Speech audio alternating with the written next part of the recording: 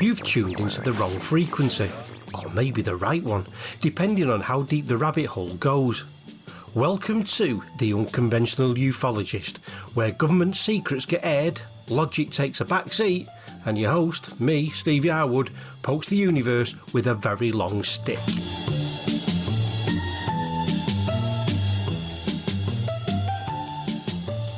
Hello there, and welcome to this action-packed pilot episode of the Unconventional Ufologist. I'm Steve, and I'm going to bring you a double-header to be all double-headers. Tonight, I bring you Bill Moore versus Lou Elizondo, a mostly serious examination of why we keep falling for the same space story. It's almost certain that things like fashion, decor, and even music appear to be in some form of temporal loop, and eventually they make a comeback. Weirdly, well, in my mind anyway, I think it can be said that the same happens in ufology. So, let's set off and discover that flying saucers and governments share a common trait. They both love paperwork. Galaxies spin, stars explode, and somewhere out there, statistically speaking, there must be at least one alien civilization that has mastered the art of interstellar travel, but still can't figure out how to properly package a fragile parcel for shipping. Here on Earth, however, our relationship with the cosmos is slightly more complicated. For decades, humanity has been engaged in a peculiar dance with the idea of unidentified flying objects, or, as they've recently been rebranded in a fit of bureaucratic inspiration, unidentified anomalous phenomena, UAPs. This shift in terminology is important because while UFO conjures images of little green men and flying saucers, UAP sounds like something a mid-level government employee would file under miscellaneous concerns, probably not important. But make no mistake, the fascination remains the same. People still look to the skies and wonder, what was that? Governments still issue statements that somehow manage to say nothing at all, and every few years a new figure emerges, promising answers, delivering intrigue, and leaving us with more questions than we started with. Which brings us to the two men at the heart of our story. Bill Moore, the 1980s ufologist, who may or may not have been a government sock puppet, and Luis Elizondo, the modern-day Pentagon alumnus who may or may not be the key to unlocking the universe's greatest secrets. Or, depending on who you ask, he might just be very good at telling stories. Bill Moore and the Majestic 12 Files, or How to Start a Conspiracy with a Typewriter and a Dream. In the grand tradition of people who stumble into history while looking for something else, Bill Moore began his career as a humble schoolteacher before discovering that writing about UFOs was significantly more lucrative, and let's be honest, a lot more fun than marking papers. His big break came in 1980 with the Roswell incident, a book that was co-written with Charles Berlitz that took a decades-old story about a crashed weather balloon, or was it, and turned it into the foundation of modern UFO mythology. But Moore wasn't content with just writing books. No, he wanted to participate in the mystery, and so, in 1984, he found himself at the centre of one of ufology's most enduring controversies, the Majestic 12, or MJ12, documents.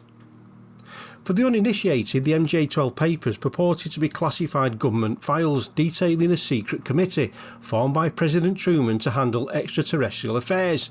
They had all the hallmarks of a great conspiracy, cryptic memos, shadowy figures, and the kind of classified stamps that make archivists weak in the knees. There was just one problem: they were most certainly fake. Moore, it turned out, had been working with the Air Force intelligence, feeding disinformation to UFO researchers, most notably Paul Bennewitz, a physicist who became so convinced he was intercepting alien communications that he suffered a mental breakdown. When Moore later admitted his role, the UFO community reacted with the kind of betrayal usually reserved for a cancelled TV show.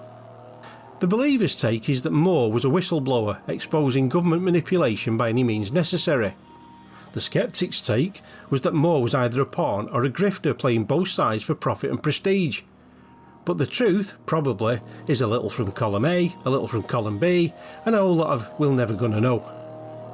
This brings us to Luis Elizondo and the Pentagon's greatest hits, or how to release a viral video without actually explaining anything. Fast forward to the 2010s.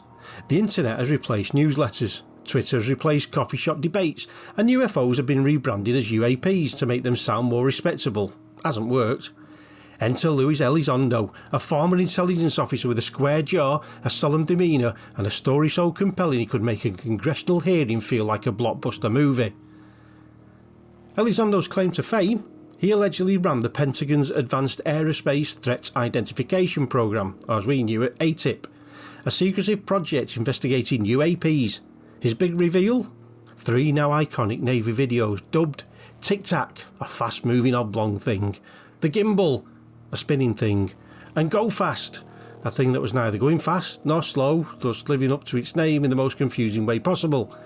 These videos were showing unidentified objects doing things that, according to physics as we understand it, they shouldn't be able to do.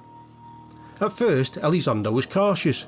"We don't know what these things are," he said, but soon the story grew to things like, "We've recovered materials not made by humans. There are biological specimens." Because why stop at spaceships where you can imply alien autopsies? And also the government is hiding the truth, which is always a classic. The Pentagon's response was a mix of, "We have no idea what he's talking about," and, "No, seriously, we checked the basement and we've got no aliens down there."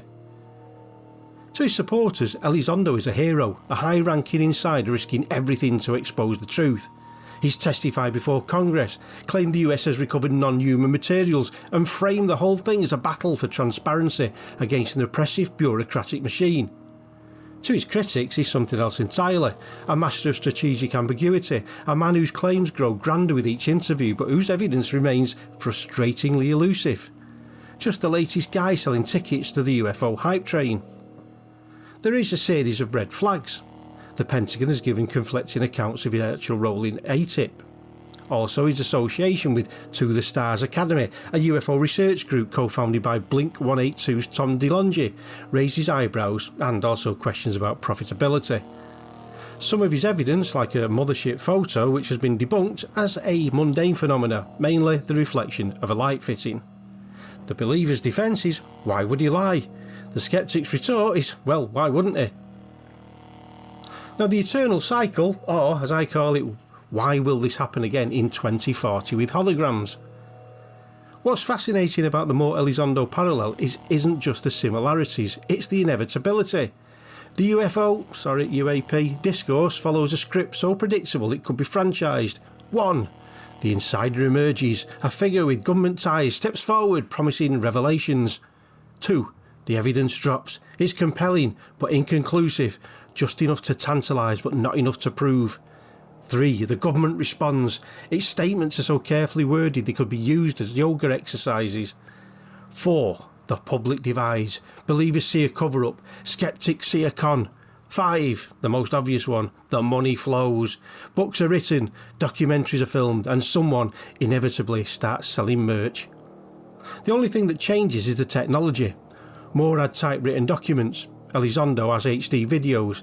In 20 years' time it will probably be AI-generated holograms narrated by a virtual David Attenborough with the obligatory appearance of Nick Pope, virtual or otherwise. So what's really going on? Spoilers, we still don't know. Here's the uncomfortable truth.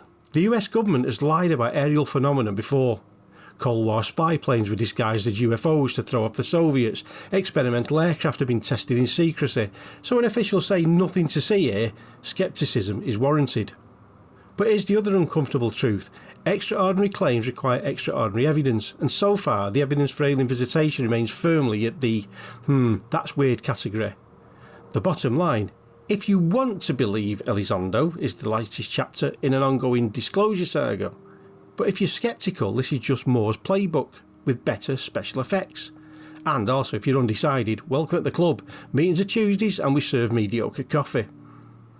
One thing's for certain, until the government either comes clean or the aliens finally land on the White House lawn and file the proper paperwork, this cycle will continue. The names will change, the tech will improve, but the debate will remain the same. Because in the end it's not just about UFOs, it's about our endless fascination with the unknown and our even more endless ability to argue about it. So we asked at the beginning, is Elizondo the new Moore? Yes, but with better Wi-Fi. Both men rode the line between whistleblower and showman, between truth and tall tales. The only difference was, Moore's era had less internet. Today you can be wrong forever if you've got enough followers.